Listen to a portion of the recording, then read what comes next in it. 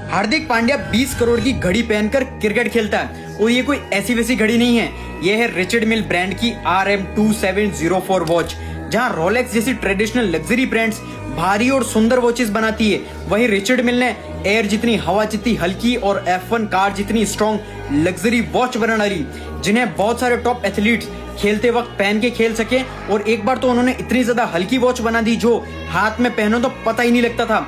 और 2020 में इन्होंने बहुत ज्यादा स्ट्रॉन्ग और हल्की वॉच बनाई, सिर्फ 30 ग्राम की RM270 वॉच।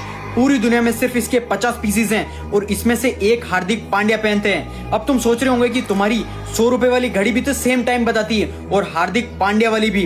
तो तुम्हारी वाली घड़ी टाइम बताती है, लेकिन हार्दिक पांड्या वाली उस इंसान की औकात बताती है। जस्ट इमेजिन करो, जो इंसान 100 करोड़ की घड़ियां पहनता है, उस इंसान का किस माइंडसेट का बिजनेस माइंडसेट होगा।